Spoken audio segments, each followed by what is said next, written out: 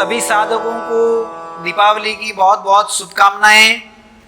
आज हम आगे के समय में 2020 में दीपावली पर्व मनाने जा रहे हैं। बहुत कुछ कठिनाइयां हैं जीवन में, लेकिन फिर भी माँ भगवती है, उसकी उपासना करने से आपकी कठिनाइयां दूर होती हैं। प्राय हमारे पीछे जो वीडियो हमने शरद पूर्णिमा के विषय में प्रेषित किया था, उसमें कुछ साधकों ने हमको फ़ोन के द्वारा और इंस्टाग्राम पे, फेसबुक पे, व्हाट्सएप पे हमें कहा कि गुरुजी दीपावली के विषय में भी हमें कुछ बताइए। तो आज मैं आपको दीपावली पूजन कैसे होना चाहिए, दीपावली पूजा किस तरह से मनानी चाहिए, उसमें भगवती लक्ष्मी का कैसा स्वरूप है, इस विषय में मैं थोड़ा सा आपको वर्णन करता हूँ। सबसे पूर्व याद रखें कि शरद पूर्णिमा से लेके हो सके तो रोज घर के द्वार पर दीपक जलाएं। अगर जो ऐसा नहीं होता है तो धनत्रयोदशी से भगवती लक्ष्मी के लिए एक द्वार पर दीपक जरूर जलाएं। वह दीपक 4 मुंह का होना चाहिए, सवेरे जलाना चाहिए, वह शाम को जलाना चाहिए। अब आपको धनत्रयोदशी से लेके प्रारंभ होता है तो धनत्रयोदशी इसका विष्णु भगवान का धनवंतरी स्वरूप के साथ लक्ष्मी जी की पूजा होती है।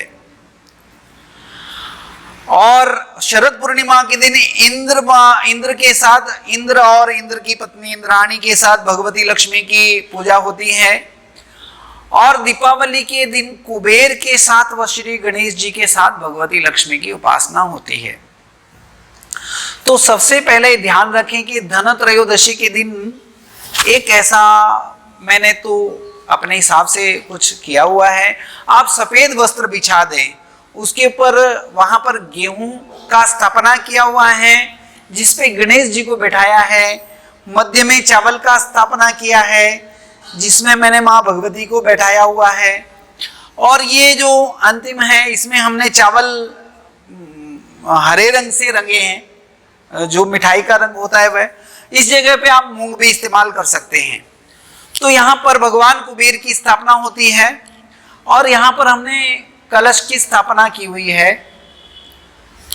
यहाँ कलश का एक नियम है कि तांबे का हो या पीतल का हो, और इसके ऊपर आसो पालव के या सोग के पान या आम के पत्ते या पान के पत्ते लगाने चाहिए, ऊपर नारियल रखें। उसके अंदर में एक 5 रुपए का सिक्का, हल्दी का गांठ इत्यादि डालें। और भगवती को यहाँ पर हमने जो वस्त्र वगैरह पहनाए हुए हैं, आप अपने यहाँ पर अगर जो भगवती की मूर्ति विग्रह नहीं है तो भगवती के लिए जो चांदी का सिक्का लिया है उसी की स्थापना करें। और पीछे देखो हमने श्री यंत्रम एक ऐसा फोटो लगाया हुआ है। यहाँ पर वास्तविकता में आपको भगवती लक्ष्मी का चित्र लगाना है। आपके पास श्री यंत्र है तो लगाइए, नहीं तो भगवती का बैठी हुई महालक्ष्मी का चित्र लगाएं। यहाँ पीछे आगे दीपक रखें, दीपक उस तरफ भी रखा जाता है। भगवती को मिठाई व्यंजन भोग लगाएं। आंवला और ये जो गन्ना है, ये गन्ना भगवती लक्ष्मी का धनुष बाण है, इसे जरूर रखें। और जो बताशे मिलते हैं, यह मिठाई सर्वश्रेष्ठ भी मानी गई है, ये बताशे आप भगवती को रोज भोग लगाएं। और दूसरा कुरमुरा, जिसको हम उत्तर प्रांत में लाई कहते हैं या लावा कहते हैं, धान का लावा, यह भोग लगाएं। विशेष रूप से फिर से ध्यान रखें कि गन्ना, बताशे, आंवला और लाई, और हमने भगवती के लिए ये विशेष एक सफेद कमल लाया हुआ है, आप गुलाबी कमल भी इस्तेमाल कर सकते हैं। इस तरह से भगवती की स्थापना है हमने की हुई है। आप इसे, और भगवती के लिए आप वस्त्र भी रखा हुआ है। यह वस्त्र भैया दूज के बाद किसी भी सुहागन स्त्री को दें या स्वयं भी पहन सकते हैं। आगे का विषय मैं और बता रहा हूँ, अच्छे से ध्यान से सुनना। तो सबसे पहले हमेशा एक बात को याद रखना चाहिए कि दीपावली के दीपक जो जलाने हैं वह मिट्टी के ही होने चाहिए, और दूसरा वो दीपक हो सके तो रंगे हुए विविध रंगों से नहीं होने चाहिए, क्योंकि अगर जो वो अन्य ऑयल पेंट और ऐसे रंगों से डेकोरेटिव किए हुए रहते हैं तो वो रंग के अंदर में जो केमिकल की ऊर्जा है, वो नकारात्मक ऊर्जा है, वो फैलती है, जिसके वजह से आपको जो दीपावली की दीपक जलाने का जो उसका लाभ है, वह उसका जो ऊर्जा है वो आपको नहीं मिल पाता है। तो सबसे पहले ध्यान रखें कि भाई दिए हो तो बिल्कुल देसी होने चाहिए। हमारे भारतीय कुम्हार जो है वो बहुत पद्धति से बनाते हैं और परंपरा से बनते हैं, वो होने चाहिए।